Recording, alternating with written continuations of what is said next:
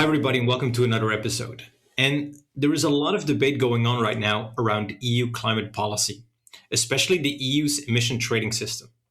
Now, the EU ETS was the world's first carbon market. And in episode 11 with Jos Delbeke, we covered how it was created and the challenges it faced early on. But now in 2026, the system is up for review again. And recently, the emission permits prices have been volatile, energy prices have been sensitive, and there's a lot of things going on. So there are some growing calls to change parts of the system. But I notice there's a lot of confusion in the public debate about how the EU ETS actually functions.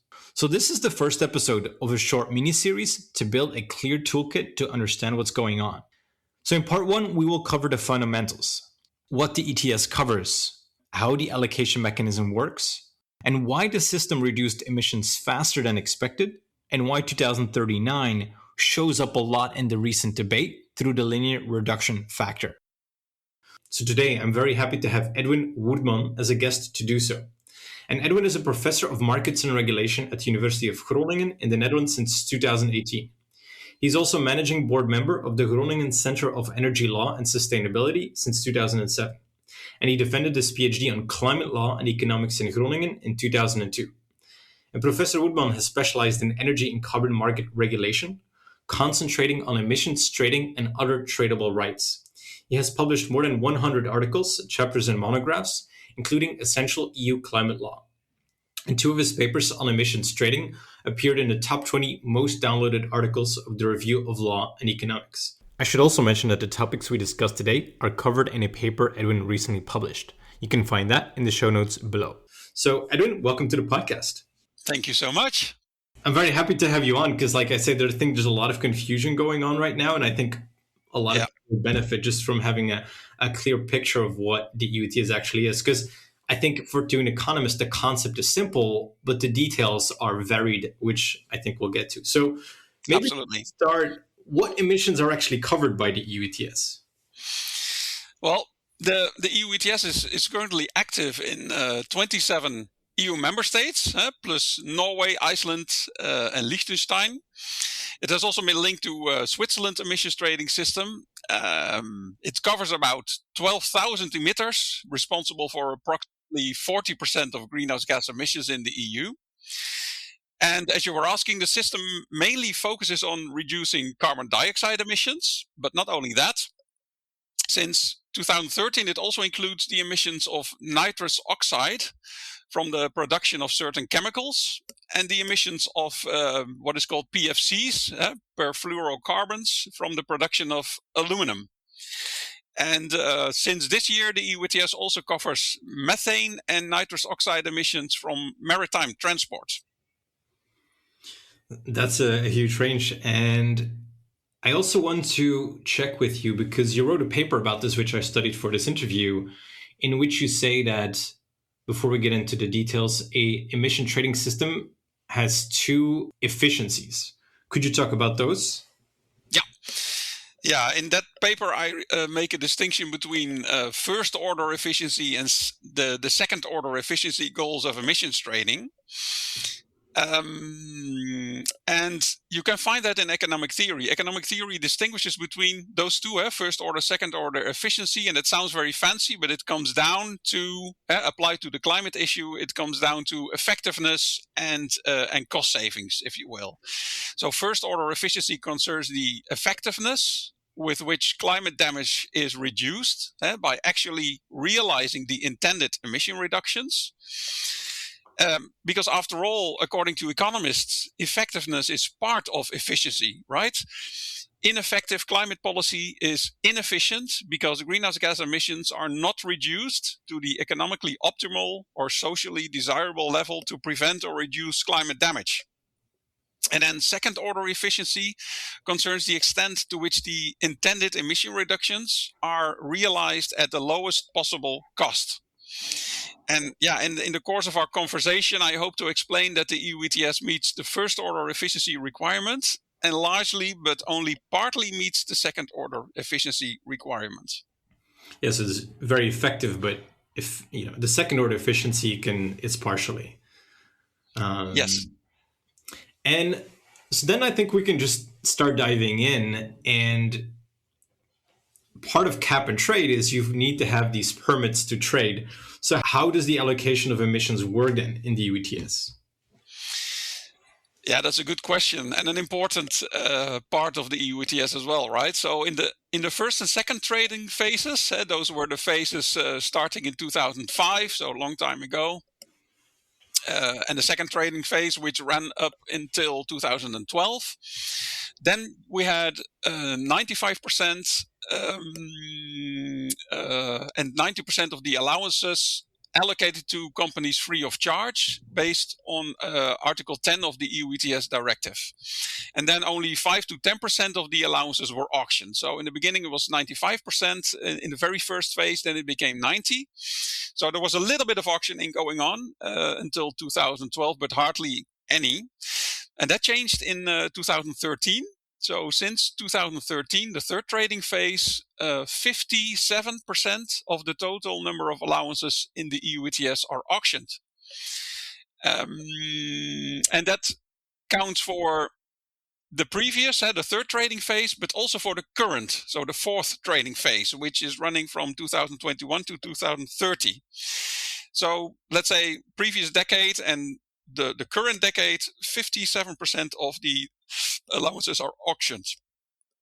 And energy producers, they must purchase all of their emission allowances at auction. And the basic idea is that energy companies do not compete on an international product market so that they can pass on most of their carbon costs to electricity consumers. But various energy intensive industries, they do operate in international markets. So they are therefore exposed to competition with non-EU companies in countries without carbon pricing. And this can lead to carbon leakage, the unwanted relocation of installations, production or investments, and therefore emissions to countries without an emission trading system or a carbon tax. And to prevent this leakage effect, these exposed industries are included on a so-called carbon leakage list, and they receive their emission allowances for free, provided that they meet a few additional criteria. And the European Commission must draw up a new list for every trading phase. So the last list is from 2019, and this applies to the years 2021-2030, so the current trading phase. And for the few energy-intensive industries that are not on this list, their free allocation will decrease each year to ultimately 0% in 2030. The number of emission allowances available to industries for free allocation will, of course, decrease in line with the total emissions cap for all companies under the EU ETS. So yeah, exactly. For the energy intensive users that are not on the list, by 2030, they have no more free permits. Exactly. Exactly. Whereas it kind of remains constant for those that are on the list, or that also that decreases in line with the rest, but they still get some of the free permits. Exactly. Yeah. And with the current situation, the current energy crisis going on, those are, one of the ideas is to maybe extend this, so to play around a little bit with these percentages. But okay, we'll talk about that later. Exactly. So that's then how much free permits they get versus how much they have to buy. Then how does the process work? Because we had some different regimes, right? So in the beginning, there was a system of grandfathering, and that has then evolved. So could you talk more about that? Yeah, absolutely. Well, basically, indeed, we went from grandfathering to benchmarking. In the first two trading phases, so between 2005 and 2012, free allowances were based on grandfathering, which means that they were allocated based on historical emissions. That's what it means. And this method favors, you could say, dirty companies with relatively high emissions, which was deemed necessary at the start of the EU ETS to promote acceptance by the industry and thereby protect the competitive position of member states. Since 2013, however, the free allocation of emission allowances takes place based on a method called benchmarking, which is a carbon standard per production unit multiplied by the production in a specific base year. And this emission standard, which is called an ex-ante benchmark in the EU ETS directive, is determined on the basis of the average emissions of 10% of the installations with the lowest carbon emissions per unit of product or energy output in an industrial sector. So the relatively clean companies, you could say. And an advantage of this is that that benchmarking favors relatively clean companies, which then receive free allowances based on their low carbon performance. Yeah, so we went from a system of having, you get as much permits as you polluted to now we're going to look at the most efficient firms and determine it based on that. Yeah, and that's how companies get free allowances, right? But for other companies like the energy companies, for instance, since 2013, they have to buy all of their allowances at auction anyway. But to determine how allowances are allocated for free, we went from grandfathering historical emissions to benchmarking, which is basically this low carbon performance standards. Yeah. And which I think is a good change. So within, it's another term you sometimes hear in this context of emission allocation is the cross-sectoral correction factor, a very technical term. What does it mean and what does it do? Yeah, I try to always to come up with nice words for those type of systems. So the cross-sectoral correction factor is what I always call a cheese slicer. And I'm from the Netherlands, and we like cheese, and we have cheese slicers in the cupboards of our kitchens, as you probably know. So that was the bell that rang with me. So the cross-sectoral correction factor is a cheese slicer that has been designed to deal with the possibility that the total number of free emission allowances calculated per company, based on these benchmarks, would actually exceed the total EU emissions cap. And if that would happen, the cross-sectoral correction factor would be applied, which would mean that each company would receive slightly fewer free emission allowances. Yeah. So it's like if the cap had to be 100 emission permits, but because of this benchmarking, we get to 110, this would kind of bring it back down to 100. Exactly. And then the cheese slicer would apply to all those companies. It's pretty complex in its details, but basically it's indeed a cheese slicer for everyone. And what was interesting to notice over the past couple of years that industries were very keen on trying to prevent this from happening. So they were always worried that the commission would come along with the cheese slicer, basically. Okay. Do you know why they were worried, or? Yeah, simply because that would mean that they would get less allowances, less than than they thought that they would get. So they were counting on a certain number, but then suddenly, and they made these calculations, and then the commission would come along and say, sorry, if we add everything up, it's too much. So you're going to get less. And that would mean that they would have to buy additional allowances, and that's just an additional cost. So they were trying to avoid that cost. Yeah, so I see the advantage of benchmarking is you get something based on the clean firms. The disadvantage is that you don't always know potentially in advance exactly how much you're going to receive. Exactly. Hence the cheese slicer, the cross-sectoral correction factor. It's a difficult word. Exactly. And then, auctioning permits means there's an auction, which means there's auction revenues. Mm-hmm. How do those auction revenues have to be used? I think not a lot of people have this front of mind, but there's some substantial money generated by this. No, that's true. Well, previously, EU member states were urged to use at least 50% of their revenues from the auctioning of emission allowances for emission reduction and climate adaptation measures and technologies, including renewable energy efficiency, carbon capture and storage, but also, for example, for the retraining of workers in coal regions. But thanks to the revised EU ETS directive, this percentage has increased to 100% since 2023. And it is not about urging, member states anymore, but now it's really a spending obligation. But this obligation also looks stricter than it is, because in practice, member states already spent on average more than 75% of their auction revenues on climate and energy measures. Which I found interesting, exactly to learn. I mean, which I find interesting that number is already so high. But yeah, and to be very honest with you, I was surprised as well when I read this. So this is this percentage I got. I never really took a deep dive into these numbers or really see what kind of measures are included in there. But this is a percentage that I took from one of the Commission reports, I think it was, on the state of the EU ETS. But to me, this was also surprising to read.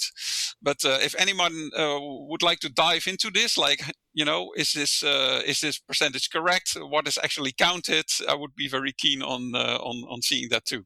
Exactly. I think that's very interesting. I do want to actually have one episode where I go to these. How do we use the revenues of those? How do we spend the revenues of those revenues? Because I think it's clear, and member states don't always like it that they have to be told that they fully have to use it. So, yeah, true. But then that was the revenues. Then we get to kind of the effectiveness of the system, because it is a cap and trade system. So, what were the emission reduction targets originally? And then how were they sharpened along the way? Exactly. So now we're looking at first order efficiency, as I call it, right? So the effectiveness properties of the EU ETS. Well, the EU had set itself the goal of reducing total greenhouse gas emissions by 20% in 2020 compared to 1990. And to achieve this, companies under the EU ETS were required to reduce emissions by 21% by 2020 compared to 2005. And what is interesting, why do I mention it? Well, this goal was already achieved in 2014. So by 2020, ETS installations had reduced their greenhouse gas emissions by 43% compared to 2005.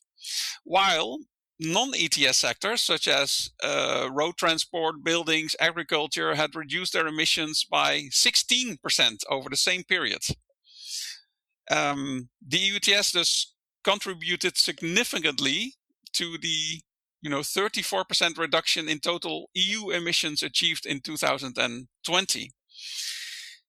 And these figures show that companies in the EU ETS have not only kept their emissions below the emissions caps, but they have even achieved emission reductions beyond what was required.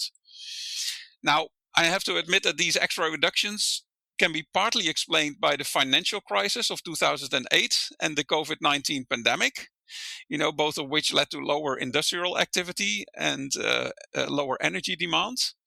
But these extra reductions also reflect, technical and operational improvements as companies adopted innovative energy or CO2 saving technologies and practices, which enable them to sell surplus emission allowances or bank them for future use. And the EU initially intended to reduce greenhouse gas emissions by 40% by 2030 compared to 1990. And ETS companies were therefore required to reduce their emissions by 43% compared to 2005. But as I just said, the EU ETS already achieved this goal in 2020. And because the damage to the climate became increasingly severe and increasingly visible, think of the flooding in Germany, just to name one example.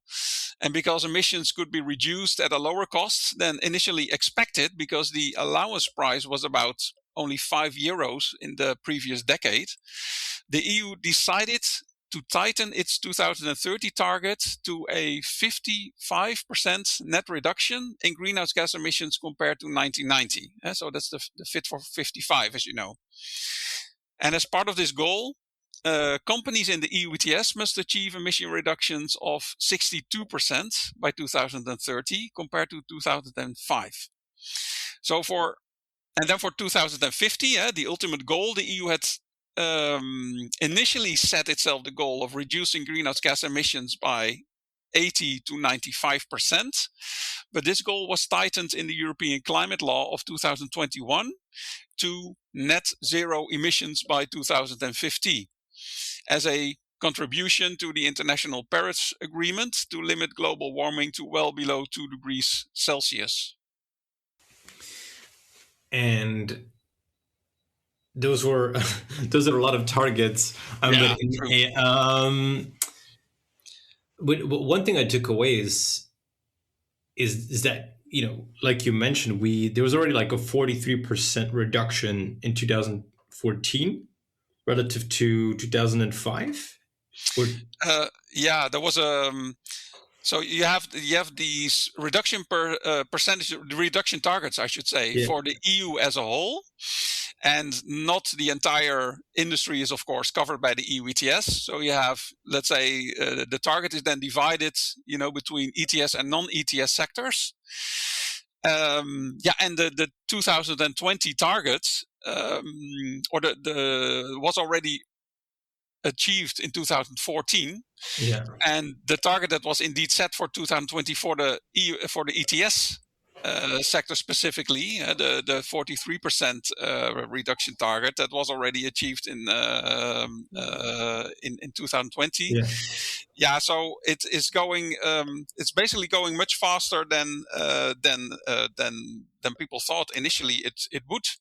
So that's why also the 2030 target was ultimately strengthened, could be strengthened also because the allowance price was relatively low. So I think that's my personal opinion here, or that is, I would even say, an academic opinion, because what does an emissions trading system intend to do? It intends to meet the emission caps at the lowest possible cost. And when the emission price was only €5 in the previous decade, well, that's a great achievement. A lot of people were complaining about it, but I actually think that was a great achievement that actually helped and provided political room to strengthen the emission caps to come up with a more stringent climate target, and that you actually saw that happening.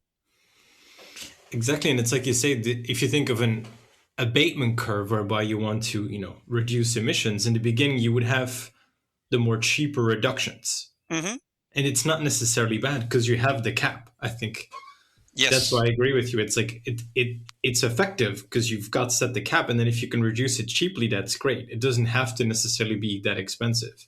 No, very true. So, and then one number we then often hear about also in the current debate is the linear reduction factor. So could you talk about what that is?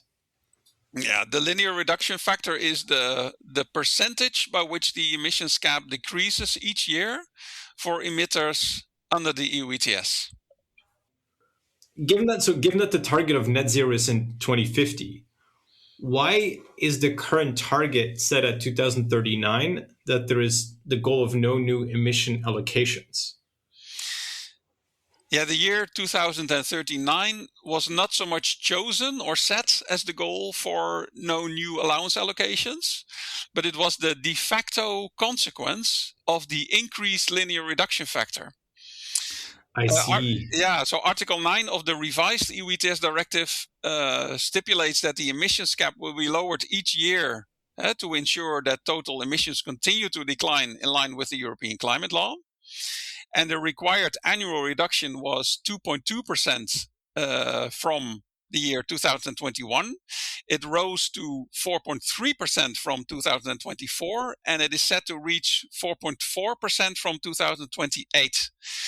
And this doubling of this linear reduction factor from 2.2 to 4.4% means a tightening of the annual reduction percentage of the emissions cap. And the result of that is that from 2039, no new emission allowances will be issued. And in the beginning, this was not entirely clear, I think, to everybody involved. Now, I was not involved in the negotiations myself, so I have not been able to look behind the interesting closed doors of the Parliament, the Council, the Commission, etc. But for me, when I got to understand, and I think that counts for a lot of economists and lawyers alike, that de facto 2039, there will be no new emission allowances released anymore from the emissions trading system. That was quite a surprise. And it's now also under discussion. Yeah. So exactly, so you're saying it wasn't necessarily that they set 2039 as the goal. It's more there was some discussion. They set the linear reduction factors, and as a result, in 2039 there will be no new emission allocations. Exactly. Which brings up the natural question. I think it was like this German politician who said, well, maybe we can soften the linear reduction factor. Then on LinkedIn, which I use for getting the opinions, there's like, oh no, we're softening the thing, but the goal is only net zero by 2050, so to say. So like moving into 2043 would still seem in line with the target of net zero by 2050. Yeah, I fully agree with you, because indeed the 2050 goal is what we need to keep in mind. Sharpening or tightening it a little bit and then having a few years earlier, a few years later, that does not have a huge effect on ultimately on the climate. So as long as we stick to the net zero goal in 2050, and we have the caps over the entire EU, and then as part of that the EU ETS, which covers energy companies and basically and heavy industry, shipping and the maritime sector, then we're good to go.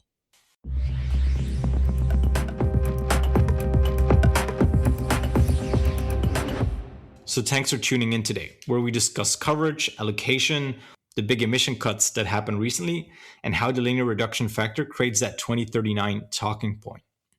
Next week, we go one level deeper. We're going to talk about the Market Stability Reserve, why it was created, how it affects auction supply, and why the Commission is reconsidering parts of it in the current energy and geopolitical context, as well as some reasons why the allocation mechanism of free emissions might not be economically efficient. So if you found this useful, please follow the show so you don't miss part 2.